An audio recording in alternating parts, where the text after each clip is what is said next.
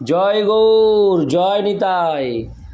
আজ 27শে জ্যৈষ্ঠ 1433 ও 11ই জুন 2026 বৃহস্পতিবার, একাদশী কমলা।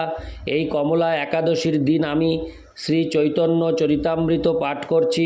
আজ আমি পাঠ করছি শ্রী চৈতন্য চরিতামৃতের মধ্যলীলা দ্বিতীয় খণ্ড, পঞ্চদশ পরিচ্ছেদ, সার্বভৌম ভট্টাচার্যের গৃহে শ্রী চৈতন্য মহাপ্রভুর প্রসাদ সেবার শ্লোক 104 থেকে 107।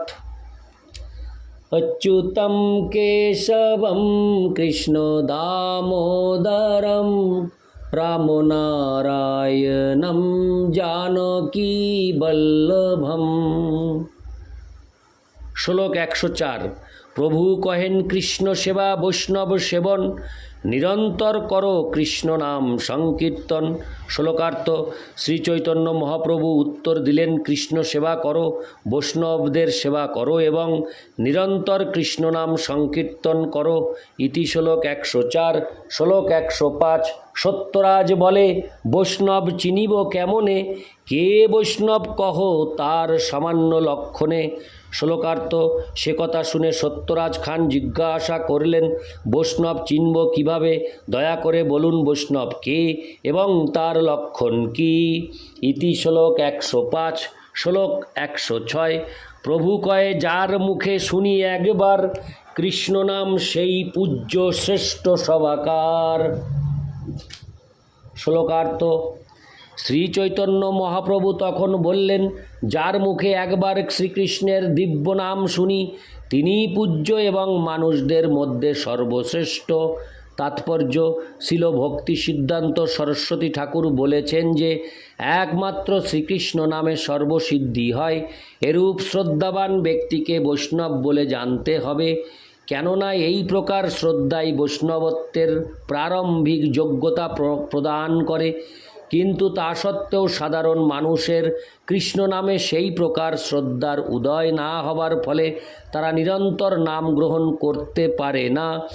সে সম্বন্ধে শ্রীল রূপ গোস্বামী তার উপদেশামৃত গ্রন্থে লিখেছেন, কৃষ্ণেতি যস্য গিরি তং মনসাদ্রিয়েত। শ্রীকৃষ্ণের নাম এবং শ্রীকৃষ্ণ উভয়ই যে পূর্ণ, শুদ্ধ, নিত্য, মুক্ত, চিন্ময়ত্ব, তা যথাযথভাবে হৃদয়ঙ্গম করা উচিত। শ্রীকৃষ্ণের নাম শ্রীকৃষ্ণ থেকে অভিন্ন এবং তা চিন্তামণি। শ্রীকৃষ্ণের নাম সর্বপ্রকার জড়কলুষ থেকে মুক্ত, নিত্য, চিন্ময়, শ্রীকৃষ্ণের নিত্য প্রকাশ। শ্রীকৃষ্ণ এবং কৃষ্ণের নাম অভিন্ন বলে হৃদয়ঙ্গম করতে হবে। সেই প্রকার শ্রদ্ধার ফলেই নিরন্তর কৃষ্ণ নাম কীর্তন করা যায়। কোমল শ্রদ্ধ কনিষ্ঠ অধিকারী ভক্ত শুদ্ধ ভক্তের অনন্য ভক্তি হৃদয়ঙ্গম করতে পারে না। কিন্তু নবীন ভক্ত যখন ভক্তিযুক্তভাবে ভগবানের সেবায় যুক্ত হয়, বিশেষ করে ভগবানের শ্রীবিগ্রহের আরাধনায় এবং সদ্গুরুর নির্দেশ অনুসরণ করে, তখন সে শুদ্ধ ভক্তে পরিণত হয়। শুদ্ধ ভক্তের শ্রীমুখ থেকে কৃষ্ণ কথা শ্রবণ করে ধীরে ধীরে কলুষ মুক্ত হয়ে শুদ্ধ হওয়া যায়।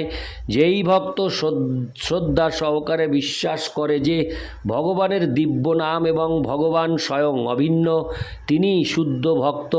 কনিষ্ঠ অধিকারী স্তরে থাকলেও তিনি শুদ্ধ ভক্ত। তার সঙ্গ প্রভাবে অন্যরাও বৈষ্ণবে পরিণত হতে পারেন। কেউ যদি শ্রদ্ধা সহকারে ভগবানের শ্রীবিগ্রহের পূজা করেন কিন্তু বৈষ্ণব এবং অন্যদের যথাযথ সম্মান প্রদর্শন করেন না, তাকে বলা হয় প্রাকৃত ভক্ত। সে সম্বন্ধে শ্রীমদ্ ভাগবতে 11.2.47 বলা হয়েছে, অর্চায়ামেভো হরয়ে পূজাং য শ্রদ্ধয়েতে ন তদ্ভোক্তেষু চান্যেষু সভক্ত প্রাকৃত স্মৃত। যিনি শ্রদ্ধা সহকারে ভগবান শ্রীহরির বিগ্রহের অর্চনা করেন কিন্তু ভগবত ভক্ত এবং অন্যদের যথাযোগ্য সম্মান প্রদর্শন করেন না, তিনি প্রাকৃত ভক্ত। কিন্তু যিনি ভগবানের নামকে ভগবান থেকে অভিন্ন বলে বিচার করেন, সেই ভক্তের সঙ্গের প্রভাবে তিনি ভগবদ ভক্তে পরিণত হতে পারেন। শ্রীল সনাতন গোস্বামীকে শিক্ষাদান করার সময় শ্রী চৈতন্য মহাপ্রভু বলেছিলেন, শ্রদ্ধাবান জন হয় ভক্তি অধিকারী, উত্তম মধ্যম কনিষ্ঠ শ্রদ্ধা অনুসারী, যাহার কোমল শ্রদ্ধা সে কনিষ্ঠ জন, ক্রমে ক্রমে তেহ ভক্ত হইবে উত্তম, রতি প্রেম তারতম্যে ভক্তি তরতম। যেই ব্যক্তি দৃঢ় শ্রদ্ধা লাভ করেছেন তিনি কৃষ্ণ ভক্তি লাভের যোগ্য পাত্র। শ্রদ্ধা অনুসারে উত্তম মধ্যম এবং কনিষ্ঠ ভক্তের স্তর নির্ধারিত হয়। যার শ্রদ্ধা কোমল তিনি কনিষ্ঠ অধিকারী ভক্ত, কিন্তু নিষ্ঠা সহকারে গুরুদেবের নির্দেশ অনুসারে ভগবদ ভক্তির অনুশীলন করার ফলে তিনিও ক্রমে ক্রমে উত্তম ভক্তে পরিণত হন। রতি ও প্রেমের তারতম্য অনুসারে ভগবদ ভক্তির তারতম্য নির্ধারিত হয়। শুদ্ধ ভক্তের শ্রদ্ধার ক্রমোন্নতি অনুসারে ক্রমে ক্রমে মধ্যম অধিকারী ও উত্তম অধিকারী ভক্তে পরিণত হন। চৈতন্য চরিতামৃত মধ্য 22, 64, 67 ও 71। এইভাবে বিচার করা যায় যে কনিষ্ঠ অধিকারী ভক্ত কর্মী এবং জ্ঞানীর থেকে শ্রেষ্ঠ, কেননা তার ভগবানের নামের প্রতি পূর্ণ শ্রদ্ধা রয়েছে। কর্মী অথবা জ্ঞানী যত মহৎই হোক না কেন, শ্রীবিষ্ণু তার দিব্য নাম অথবা তার প্রেমময়ী সেবায় তাদের কোনো শ্রদ্ধা বা বিশ্বাস নেই। সুতরাং মুখে বেদ মানলেও তারা প্রকৃতপক্ষে নাস্তিক।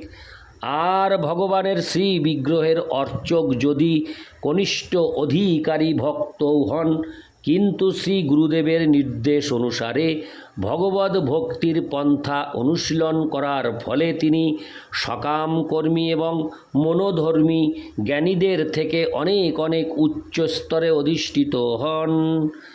ইতি শ্লোক 106। শ্লোক 107। এক কৃষ্ণ নামে করে সর্বপাপ ক্ষয়, নববিধা ভক্তি পূর্ণ নাম হইতে হয়। শ্লোকার্থ: কেবলমাত্র কৃষ্ণ নামে সমস্ত পাপ ক্ষয় হয়। কেবলমাত্র ভগবানের দিব্য নাম কীর্তন করার ফলে নববিধা ভক্তি পূর্ণ হয়। তাৎপর্য: শ্রীমদ্ ভাগবতে 7, 23 থেকে 24 নববিধা ভক্তির বর্ণনা করে বলা হয়েছে, শ্রবণং কীর্তনং বিষ্ণু শরণং পাদসেবনম অর্চনং বন্দনং দাস্যং সক্ষমাত্মনিবেদনম ইতি পুংসার্পিতা বিষ্ণৌ ভক্তিশ্চেন্নবলক্ষণা ক্রিয়েত ভগবত্তাদ্ধা তন্মন্যে ধীতমুত্তমম। শ্রবণ কীর্তন, বিষ্ণুর স্মরণ, ভগবানের শ্রীপাদপদ্মে সেবন, অর্চন, বন্দন, দাস্য, সখ্য এবং আত্মনিবেদন, এই 9টি ভগবদ ভক্তির অনুশীলনের পন্থা। নিরাপরাধে ভগবানের দিব্যনাম কীর্তন করার ফলে সমস্ত পাপ থেকে মুক্ত হওয়া যায়। অপরাধ শূন্য হয়ে ভগবানের নাম কীর্তন করা অত্যন্ত গুরুত্বপূর্ণ। শ্রবণ কীর্তন আদি নবধা ভক্তি কেবলমাত্র একবার নিরপরাধে ভগবানের নাম গ্রহণ করার ফলেই সম্পাদিত হয়। এই সম্পর্কে শ্রীল জীব গোস্বামী তার ভক্তি সন্দর্ভে 173 বলেছেন, যদ্যপন্না ভক্তি কলৌ কর্তব্যা তদা কীর্তনাখ্যো ভক্তি সংযোগেনৈব। নবদা ভক্তির মধ্যে কীর্তন অত্যন্ত গুরুত্বপূর্ণ। তাই জীব গোস্বামী নির্দেশ দিয়েছেন যে অর্চন, বন্দন, দাস্য, সখ্য আদি অন্যান্য পন্থাগুলি অনুশীলন করা কর্তব্য, তবে সেগুলি যেন ভগবানের দিব্যনাম কীর্তনের অনুবর্তী হয়। তাই আমরা এই পন্থা আমাদের সবকটি কেন্দ্রে প্রবর্তন করেছি।